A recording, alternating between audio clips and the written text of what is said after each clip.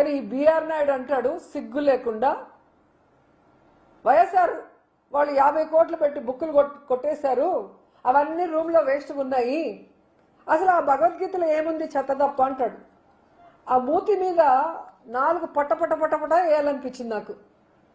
ఎందుకంటే అలాంటి వాడు TV5లో అసభ్యమైన వాటిని చూపించే మెంటాలిటీ ఉన్నవాడికి, అవి చూసే మెంటాలిటీ ఉన్నవాడికి, అవి చేసే మెంటాలిటీ ఉన్నవాడికి భగవద్గీత గొప్పదనం, భగవద్గీతలో ఉన్న సారాంశం ఎలా అర్థమవుతుంది? అందుకే దాంట్లో ఏమి లేదు చెత్త అంటున్నాడు.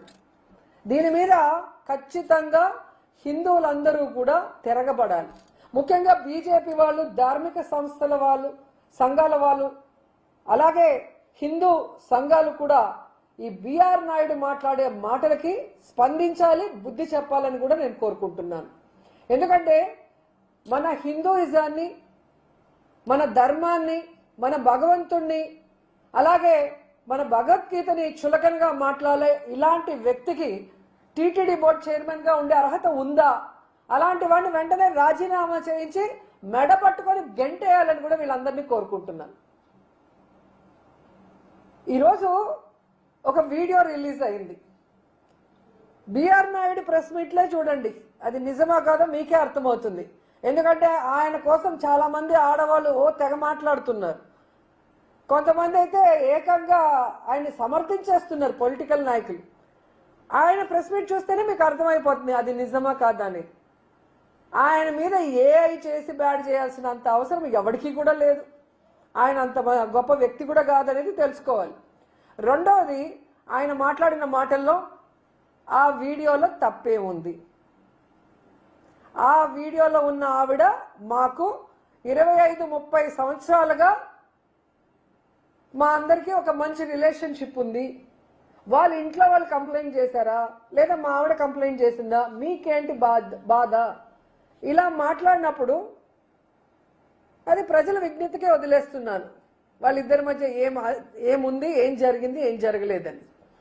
ఎందుకంటే ఈరోజు ఆ వీడియోలు బయటకు వచ్చాయి అంటే ఒకటి ఆమెనా బయటపెట్టాలి, లేదా వాళ్ళ ఇంట్లో పనిచేసే వాళ్ళైనా బయట పెట్టాలి.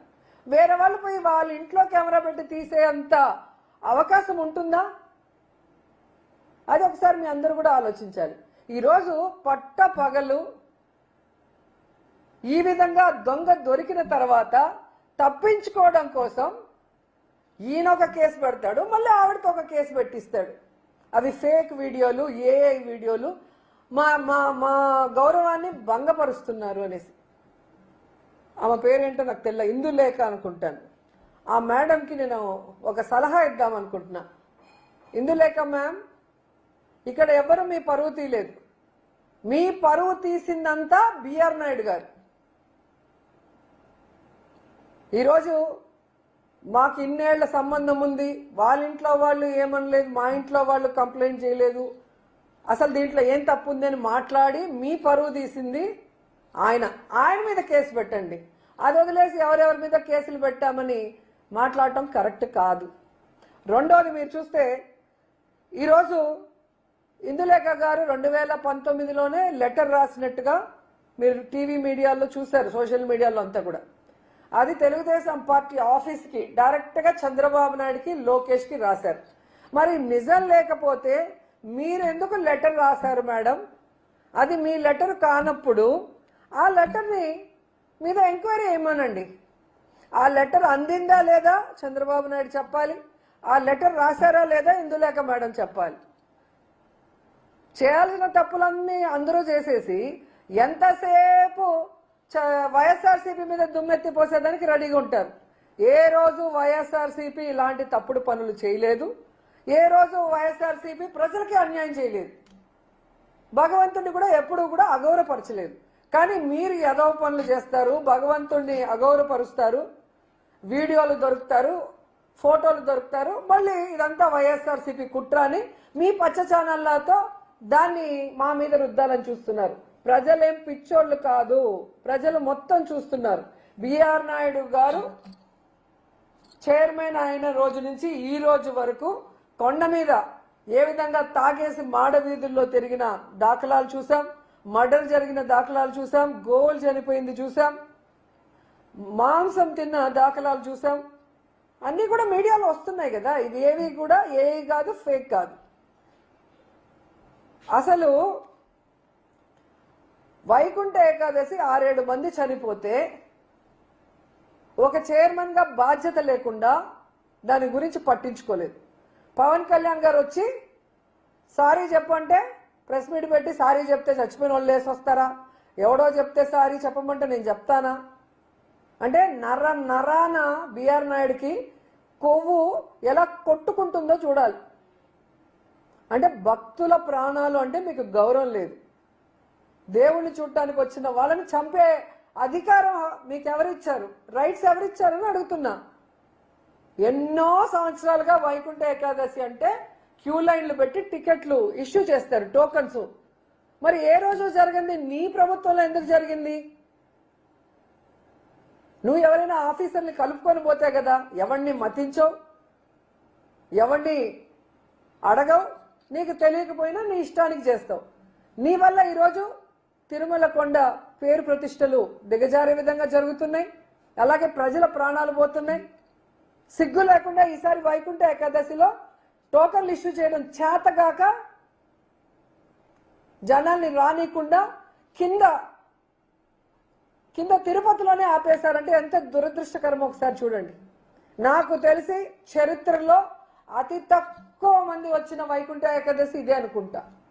గుళ్ళో దర్శనం లేకపోయినా కనీసం నేను టీటీడీ చైర్మన్గా ప్రమాణ స్వీకారం చేసిన మొదటి రోజు నుంచే నన్ను రిజైన్ చేయమంటున్నాడు. కనీసం ఒక రోజు, వారం, నెల కూడా నాకు టైం ఇవ్వాల. నువ్వు రిజైన్ చేయి. వాని అబ్బా సొత్తా టీటీడీ నేను రిజైన్ చేయను. నువ్వు నాకు ఇచ్చావా టీటీడీ చైర్మన్ నేను రిజైన్ చేయడానికి? నాకు చంద్రబాబు నాయుడు గారు ఇచ్చారు. ఆయన చెప్తే 1 నిమిషం కూడా పట్టదు నాకు. ప్రతిరోజు నువ్వు రిజైన్ చేయి. ఎందుకు రిజైన్ చేయమంటున్నవాడు? దీని మీద నేను రీసెర్చ్ చేస్తే ఆయన చేసినటువంటి దుర్మార్గాలన్నీ ఒక్కొక్కటి బయటకు వస్తున్నాయి. 1 కాదు, 2 కాదు, 100. ప్రతి దాంట్లోనూ కరప్షన్ చేశాడు. ఇవన్నీ బయటకు వస్తే తిరుపతి ప్రజలే తరిమి కొడతారు.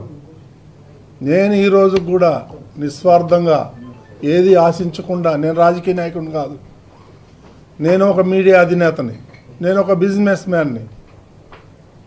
నాకు ఎన్నో అవకాశాలు వస్తే నేను వద్దనుకొని నాకు టీటీడీనే కావాలని ముఖ్యమంత్రి గారిని రిక్వెస్ట్ చేసి నేను ఇక్కడికి వచ్చాను.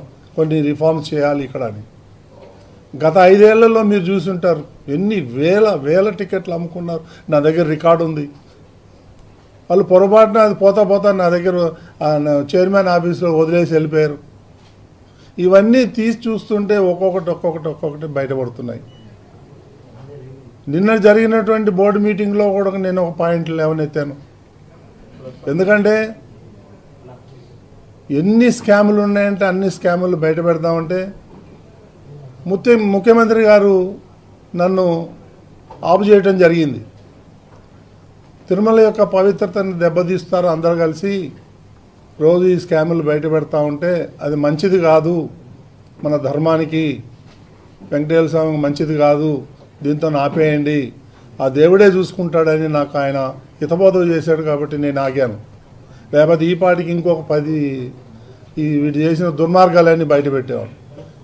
ఇది వేదాలు, దయ్యాలు అని ఏదో సంస్కృతంలో మాట్లాడతాడు.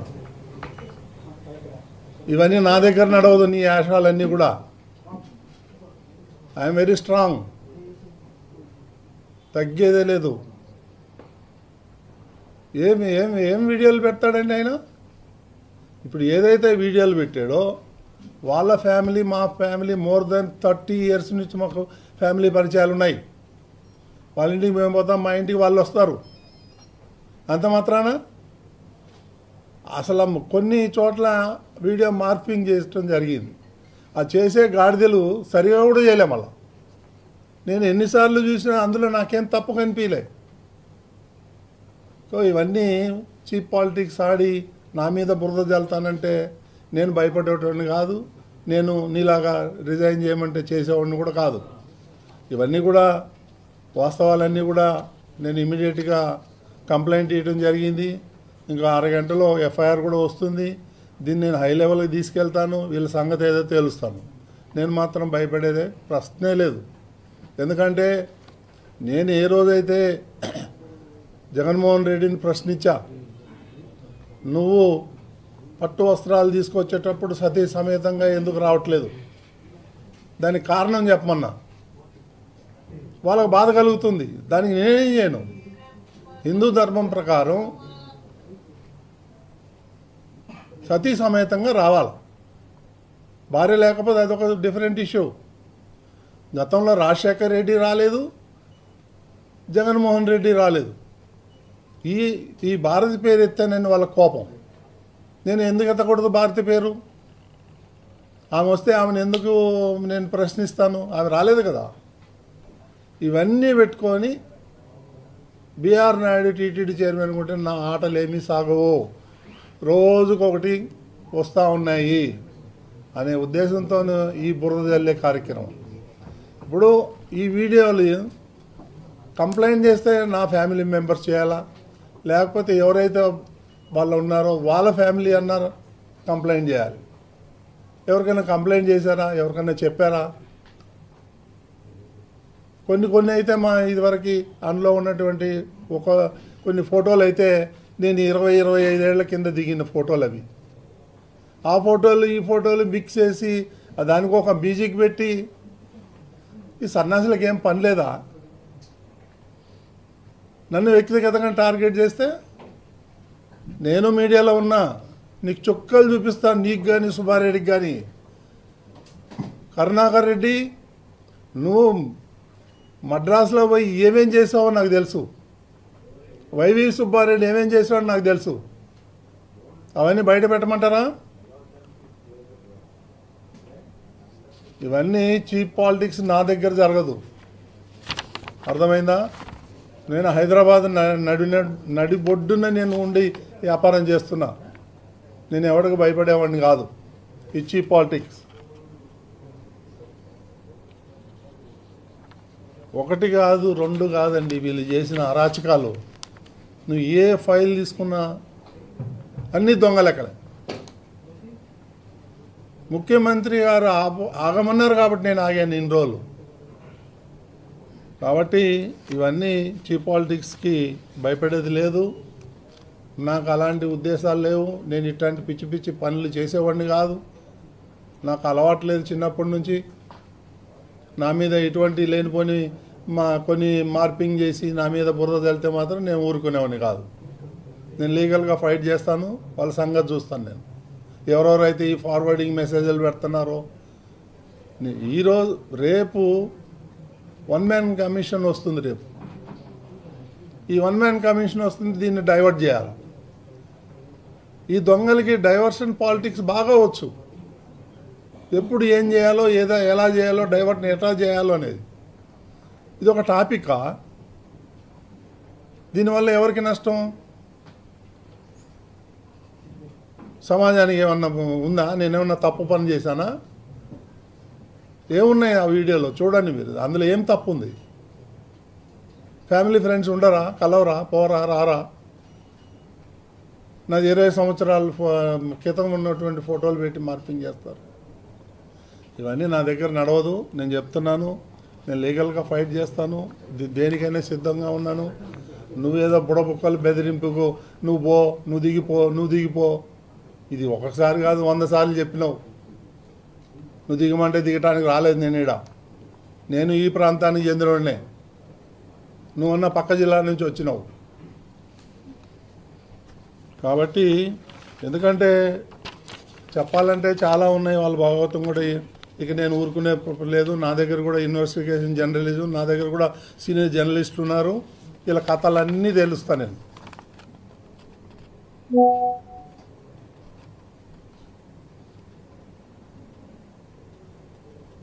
ఇప్పుడు నేను ఈరోజు కొత్తగా కరుణాకర్ రెడ్డి గురించి ఏదో ఆరోపణలు చేసి నువ్వు తిన్నావు, ప్రపంచమంతా తెలుసు నువ్వు దొంగవని. ప్రపంచమంతా జగన్మోహన్ రెడ్డి గజ దొంగని ఈరోజు నేను చెప్పక్కర్లేదు. 1000 కోట్ల 1,00,000 కోట్లు తినేశాడు. ఇవన్నీ డైవర్షన్ పాలిటిక్స్. నా దగ్గరకు వచ్చి నేనేం చేసి నేను చాలా ఆనెస్ట్గా ఉన్నా. నా వల్ల టీటీడీకి ఏమన్నా చిన్న ఒక మచ్చ వచ్చిందా, చిన్న తప్పు ఏమన్నా చేశానా, ఒక్కటి చూపించమనండి.